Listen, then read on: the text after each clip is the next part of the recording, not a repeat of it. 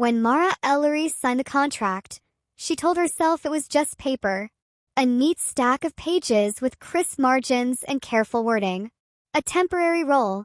A job with unusual duties. Sure, but still a job. She'd done unusual work before. Event planning for picky clients. Crisis schedules for executives who thought sleep was optional. Even a month of babysitting a celebrity's dog that refused to walk on sidewalks. This was different, though, because the contract called her a fiancée. Across the glass table, Layan Ardent sat with a straight posture that made the whole conference room feel more formal. She didn't fidget. She didn't look away. She held Mara's gaze with a calm steadiness that felt like standing near a lighthouse. Not warm exactly, but reassuring. Layan was the founder and CEO of Ardent & Company, a global design and tech firm that turned bold ideas into real buildings, real infrastructure, and real jobs. She was also, according to every business magazine, a private billionaire with a public impact, which was a phrase Mara had always found funny. Private billionaires didn't exist. People watched them like they were weather. Layan slid a pen toward Mara. If you'd like, we can go through it line by line again. Mara forced a small laugh. I've read it 3 times. Twice out loud. Once in my head. Layan's mouth softened at the edges, almost a smile. Then you understand the boundaries. Yes, Mara said quickly. Public appearances. A few photos. No overacting. No overacting, Layan agreed. And no physical affection beyond what's typical for engagement photos. Hand-holding for cameras. An arm linked at events. Nothing more. Mara exhaled. Relieved the words were spoken plainly. Good. Layan tapped the contract lightly, as if to anchor the conversation. The arrangement lasts 6 months, or until the board vote is complete, whichever comes first. Mara already knew the real reason, even if the contract didn't spell it out in neon letters. Layan's company was approaching a critical vote that would decide whether Ardent & Company stayed independent or folded into a giant conglomerate. A few board members were pushing for stability, and in their mind stability included a CEO with a predictable personal life. It was outdated. It was unfair. It was also, unfortunately, real. Mara's closest friend, Jules, had called it the soft pressure kind of nonsense. The kind that never looked like discrimination until you stood in it long enough to notice you couldn't breathe. Mara picked up the pen. And you chose me because? Layan didn't hesitate. Because you're competent. Because you're not interested in fame. And because you told my assistant you'd rather quit than lie. Mara blinked. That was true. In her interview, if you could call it that, she'd said she didn't do deception, not long-term. She'd meant workplace politics, not engagement announcements. Layan added, quieter. I need someone I can trust to do this with respect. It was the first time Mara heard something personal in Layan's voice. Not fragile, just honest. Mara signed. The ink dried quickly. The air didn't. Layan stood and offered her hand. Not for the cameras, just for simple courtesy. Mara took it, and Layan's handshake was firm and brief, but not cold. Mara noticed, to her surprise, that Layan's palm was warm. Thank you, Layan said. I know this is strange. It's unusual, Mara admitted. But I can do unusual. Layan's almost smile returned. Good, because we start tomorrow. The next day, Mara walked into Layan's penthouse apartment with a garment bag on one arm and a folder of schedules on the other. She'd expected something museum-like. White walls, silent rooms, furniture that looked too expensive to touch. Instead, the space felt lived in. Not cluttered, but human. A bookshelf with dog-eared spines. A bowl by the door filled with keys and a pair of sunglasses. A throw blanket folded neatly on the couch, as if someone actually used it. Layan was in the kitchen, sleeves rolled up, pouring coffee into 2 mugs. You cook? Mara blurted before she could stop herself. Layan glanced over. I can make coffee and toast. Let's not oversell it. Mara set her things down. Toast is still cooking. Layan handed her a mug. Here. Today is mostly preparation. We'll meet the public relations team at noon. Before that, I'd like to review what we'll say if we're asked personal questions. Mara sipped the coffee. It was good. Strong without being bitter. Like what? Layan leaned her hip against the counter. The posture more relaxed than yesterday. Where we met. How long we've been together. How we knew it was serious. Mara made a face. I hate those questions. So do I, Layan said simply. For a moment they stood in comfortable silence. Two people united by their dislike of small talk, and the fact that the world demanded it anyway. Mara opened her folder. I drafted a timeline. We can say we met at the Ardent Foundation fundraiser last spring. It's public knowledge you were there. And I was, too. I coordinated vendor logistics, so technically it's true. Layan nodded. And we kept it private until now. Because you're a private person, Mara said, then hesitated. And because I'm not trying to be famous. Layan's gaze lingered on her for a second. Accurate. They spent the morning crafting a story that was close enough to the truth to feel steady. They weren't inventing a different planet, just adjusting the angle of a few facts until they looked like a romance. At noon, the PR team arrived with cheerful energy. They took photos of Mara and Layan standing side by side near the window, Los Angeles skyline behind them in clean afternoon light. They asked Mara to angle her shoulders. They asked Layan to soften her expression. Layan complied. But she looked like someone who had never enjoyed being told what to do. Then came the instruction Mara had been bracing for. Let's get a few with hands, the photographer said. Mara's pulse jumped. She reminded herself. Hand-holding for cameras. It's in the contract. Layan didn't reach right away. She looked at Mara first, quietly asking permission without words. Mara nodded once. Layan's hand slid into Mara's, careful and steady. Not gripping, not loose. Just present. The camera clicked. Again and again. Mara looked toward the lens and tried to smile like she belonged there. Like her hand wasn't being held by the most influential woman she'd ever met. Like her chest didn't feel strangely light. After the shoot, the PR director left with promises of narrative alignment and brand warmth. When the elevator doors closed, silence settled over the apartment again. Mara flexed her fingers as if to shake off the lingering sensation of Layan's hand. Layan noticed. Are you all right? Yes, Mara said too fast. I mean, yes. This is fine. It's just weird. Layan's expression held no judgment. It's weird for me, too. Mara didn't expect that. Really? Layan walked to the window and looked out at the bright city. People assume I'm comfortable being watched, but being seen and being known are different things. Mara's voice softened. That sounds lonely. Layan didn't turn around, but she didn't deny it either. The contract will help the company. That's what matters. Mara stared at Layan's reflection in the glass. Tall, composed, carrying so much responsibility, it seemed to press on the air around her. Mara had taken this job for the money. Yes. The offer was generous enough to pay off her student loans and still leave room for her to breathe. But suddenly, she wanted something else too. She wanted Layan to feel less alone. And that was not in the contract. The first public event was a charity gala for the Ardent Foundation, held at a sunlit museum with wide marble steps and banners that fluttered in the mild evening breeze. Mara stood behind a column near the entrance, adjusting her dress and reminding herself of the plan. Walk in together. Smile. Answer a few questions. Pose for photos. Leave early. Easy. Layan approached in a tailored suit the color of midnight.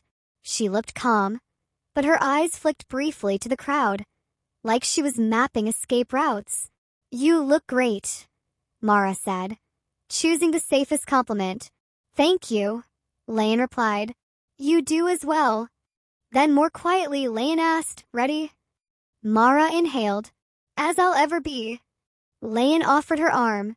Mara linked hers through it, feeling the firm line of Layan's sleeve beneath her hand. They stepped forward together. Cameras flashed. People called Layan's name. Someone shouted, Layan, over here. Mara kept her smile gentle and practiced. She'd worked events for years. She knew how to look composed even when her feet hurt and her brain wanted to run. Ms. Ardent, a reporter said, microphone extended. Is it true you're engaged? Layan's voice was even. Yes. And who is the lucky person? Layan turned slightly, guiding attention to Mara. This is Mara Ellery. The reporter's eyes widened with interest. How did you meet? Mara answered, like they rehearsed. At the foundation fundraiser last spring, we spoke briefly, then kept crossing paths through work and mutual projects. And when did you know? The reporter pressed, hungry for a headline. Mara glanced at Layan, just for a fraction of a second. Layan's gaze met hers, steady and calm, as if to say, we're fine. Mara turned back to the reporter. When you find someone who understands your values, you pay attention. The words were meant to be part of the script, but they landed in Mara's chest like something real. The reporter smiled, satisfied. Any wedding plans? Layan answered with polished ease. Not yet. We're enjoying this moment privately. Privately. The irony nearly made Mara laugh. They moved through the crowd, shaking hands, exchanging pleasantries. Mara watched Layan in motion, how she listened carefully, how she redirected conversations toward the foundation's work, how she thanked donors in a way that made them feel seen rather than used. At one point, a board member named Conrad Halley approached, a man with silver hair and a voice that carried without effort. Layan, he said, with a smile that didn't quite reach his eyes. Congratulations. This is wonderful news. Thank you, Conrad, Layan said. Conrad turned to Mara. And you are? Mara held his gaze. Mara Ellery. Background? He asked, too blunt for polite conversation. Mara smiled anyway. Operations and event management. I work with organizations that care about impact. Conrad's eyes sharpened. Impact is a popular word. Layan's tone remained smooth, but something in it cooled. Mara's work is excellent. I value excellence. Conrad's smile tightened, then he nodded. Well, we'll see. Welcome. When he walked away, Mara exhaled slowly. Layan's voice dropped. He was testing you. Mara forced a light tone. Did I pass? Layan looked at her, and for a moment the CEO mask slipped just enough to show real approval. Yes. That one word warmed Mara more than the entire crowded room. Later, they found a quiet corner near a sculpture exhibit where the noise softened. Mara loosened her shoulders. I didn't realize how much pressure you're under. Layan's eyes moved over the room, assessing. Pressure is familiar. Mara hesitated. Does it ever stop feeling heavy? Layan considered that, then said, some days are better. Mara nodded, then offered something simple. If you ever want a day that's better, I'm good at planning those. Layan's gaze flicked back to Mara. Is that part of your services? Mara smiled. No, that part is free. Layan didn't smile broadly, but the softness returned. Thank you. They left early, exactly as scheduled. But when they stepped into the waiting car, Mara realized she didn't feel relieved that the night was over. She felt oddly disappointed. Weeks passed, and their arrangements settled into a rhythm. Mara moved into the guest suite of Layan's apartment for convenience and consistency. The PR team insisted it would look strange if the engaged couple lived separately, and Layan didn't have time for constant commuting between appearances. Mara agreed, mostly because the guest suite was quieter than her old apartment near a construction site. They had rules. No entering each other's rooms without knocking. No rummaging through personal things. No discussing private topics with media. No improvising romantic gestures in public. Keep it simple. And yet, life isn't built entirely out of rules. Some evenings Layan worked late in her home office, and Mara sat at the kitchen island with her laptop, planning schedules and answering emails. They didn't always talk, but they existed in the same space, and the quiet started to feel natural. One night, Mara found Layan staring at a spreadsheet with the look of someone trying to solve a puzzle that didn't want to be solved. Mara poured a glass of water and set it beside Layan's laptop. Hydration break. Layan glanced up. Thank you. Mara leaned on the doorframe. If you keep squinting at that screen, your eyes will file a complaint. Layan's expression barely changed, but her voice carried dry humor. My eyes are unionized. Mara laughed, surprised by how much she liked that side of Layan. Another evening, Mara came home carrying a small paper bag. Layan looked up from her phone. What's that? A peace offering, Mara said. I found a bakery 2 blocks away that sells lemon cookies that taste like they belong in a movie, where everyone has good lighting and no deadlines. Layan raised an eyebrow. That's a specific genre of cookie. Mara opened the bag and held it out. Try one. Layan took it, paused as if evaluating whether accepting a cookie counted as overacting, then bit into it. Her shoulders eased a fraction. This is very good. Mara's chest lifted with an unexpected sense of victory. I knew it. Layan looked at the bag. Did you buy these for me, or for the public image of our engagement? Mara didn't joke this time. For you. Something quiet shifted in Layan's face, like a window opening a little wider. Then thank you. It was small, harmless, even. Cookies weren't a confession, but Mara began to notice the way Layan remembered things. That Mara preferred her tea with honey, not sugar. That Mara liked old black and white films. That Mara felt calmer when schedules were printed, not just digital. And Layan started to notice things about Mara, too. One morning, Layan paused by the kitchen island where Mara had scattered sticky notes. You plan like you're composing music, Layan said. Mara looked up. Is that a compliment or a warning? Layan's voice was mild. A compliment. Mara's smile came easily. Then I'll take it. There were public events too, board dinners, interviews, charity visits.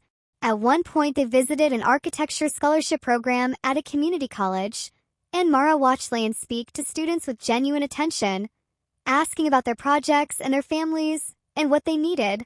Afterward, in the car, Mara said, You're different with them. Layan glanced over.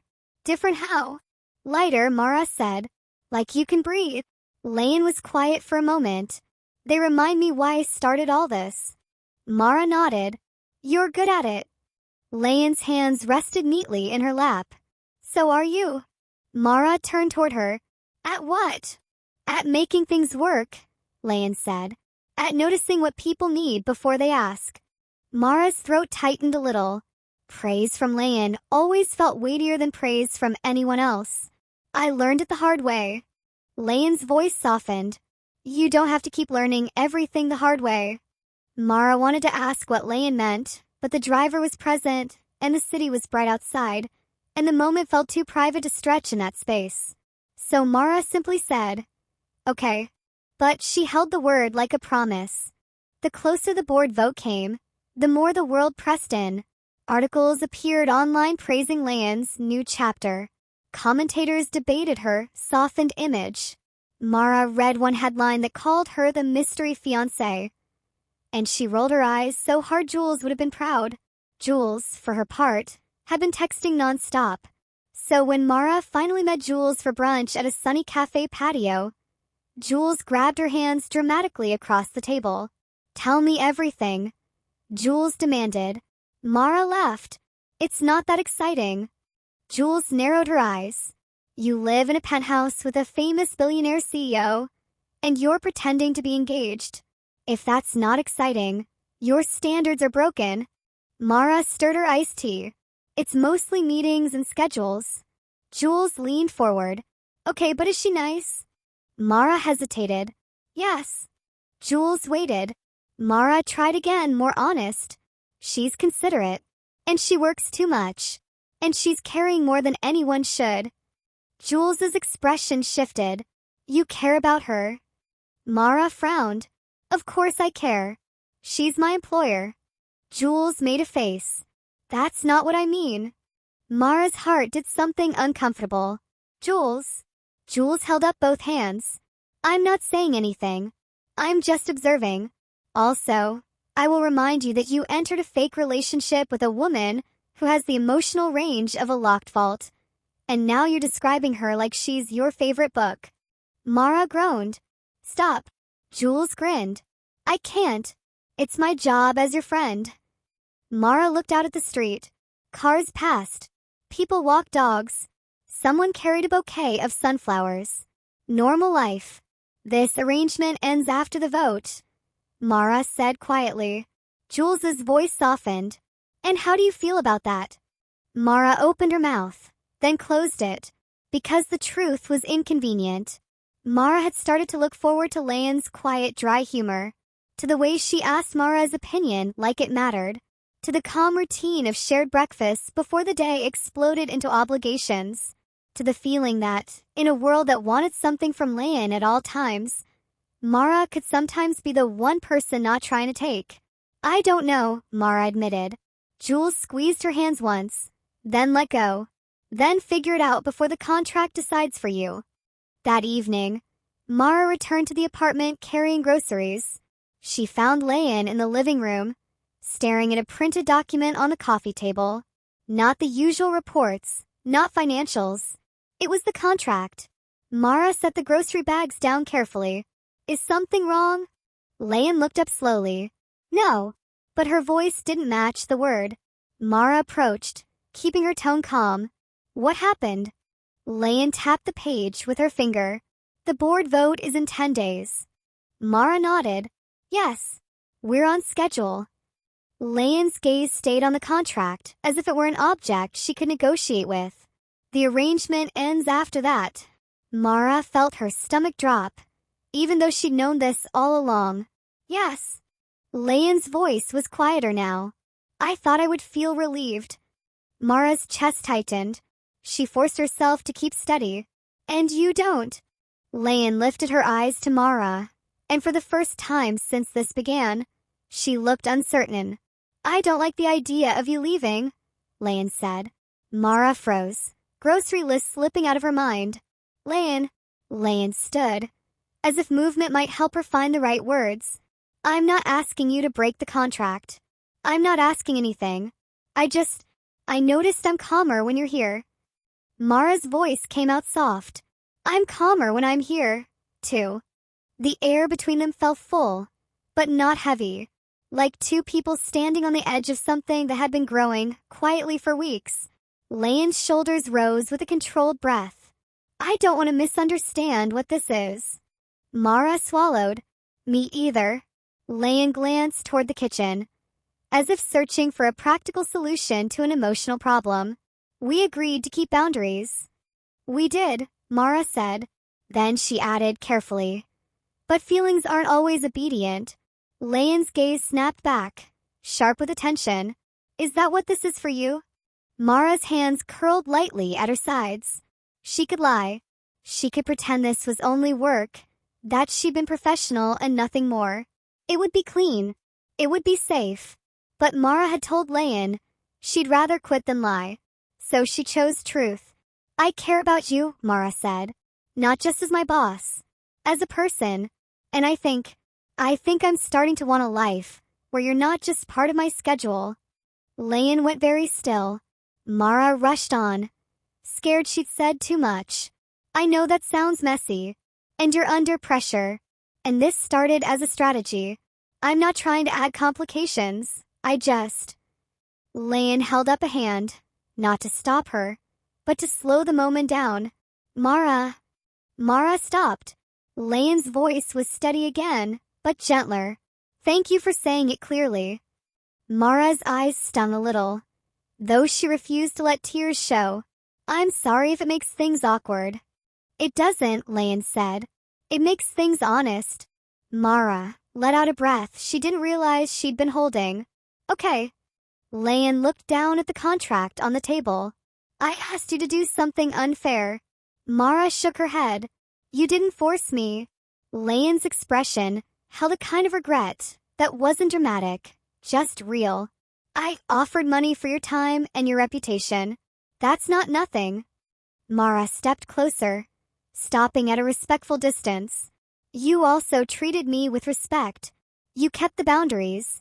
You asked permission with your eyes before you held my hand for photos. Not everyone would do that. Layan's throat moved as she swallowed. I never wanted you to feel like a prop. You didn't, Mara said. They stood there quiet. Then Layan did something Mara didn't expect at all. Layan reached into the inside pocket of her blazer and pulled out a small card.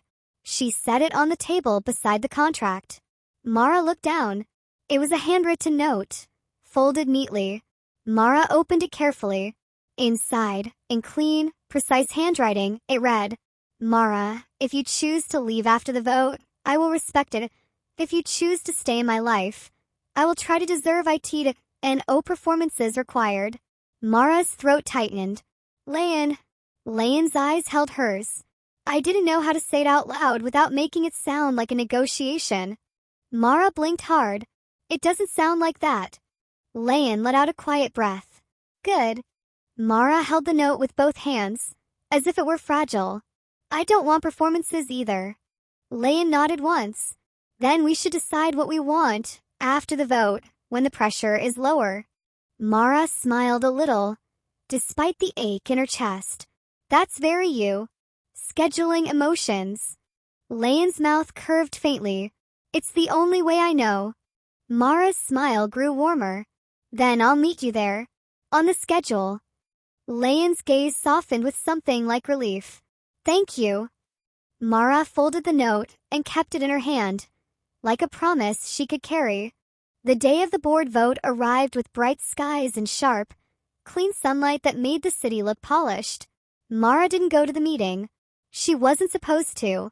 Instead, she worked from the apartment, answering emails, coordinating the post-vote press plan, and trying not to check her phone every 30 seconds. At noon, Layan texted. In session. At 1, another text. Still in session. At 2, nothing. Mara paced the living room, then forced herself to stop and make tea. She set 2 cups on a tray automatically, then paused, startled by how natural that felt. At 3, the apartment door opened. Layan stepped inside, still in her suit, hair perfectly in place, face calm in the way only someone practiced at calm could manage. Mara stood up so fast, she nearly knocked over the chair. Well, Layan looked at her for a long moment. Then she nodded once. We're staying independent. Mara let out a sound that was half laugh, half exhale. Layan, that's incredible. Layan's shoulders lowered, as if a weight had finally been set down. It was close. Mara walked toward her without thinking, then stopped short, remembering boundaries. Layan noticed the hesitation. She took 1 step forward, closing the distance in a way that felt careful rather than sudden. I want to be clear, Layan said. You're free now. The contract can end today if you want. Mara's voice steadied. And what do you want? Layan's eyes held hers. I want you to stay. Mara felt warmth spread through her chest. Not loud. Not dizzying, just steady and sure. Not as your fake fiancé. Not as anything fake, Layan agreed. As Mara swallowed. I want that too. Layan's expression softened, and for the first time Mara saw something openly joyful there. Small, controlled, but real. Mara lifted the tea tray from the table. Then CEO or not, you're going to sit down and drink tea like a normal person for 10 minutes. Layan's quiet amusement returned. Yes, ma'am. They sat on the couch, tea between them, sunlight stretching across the floor. After a few minutes, Layan spoke again, voice thoughtful.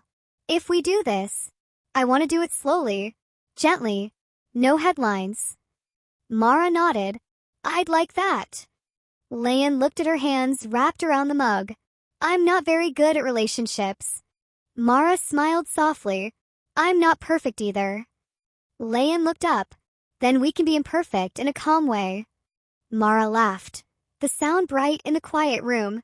That might be the most romantic thing you've ever said. Layan's brow lifted. I'll take that as a compliment. It is, Mara said. A comfortable silence followed. Not the kind filled with things unsaid, but the kind filled with simple peace. Mara glanced at Layan, then spoke carefully, like she was placing a fragile object on the table between them. Can we have one rule? Layan's gaze was attentive. Yes. Mara's smile was gentle. No more contracts for feelings.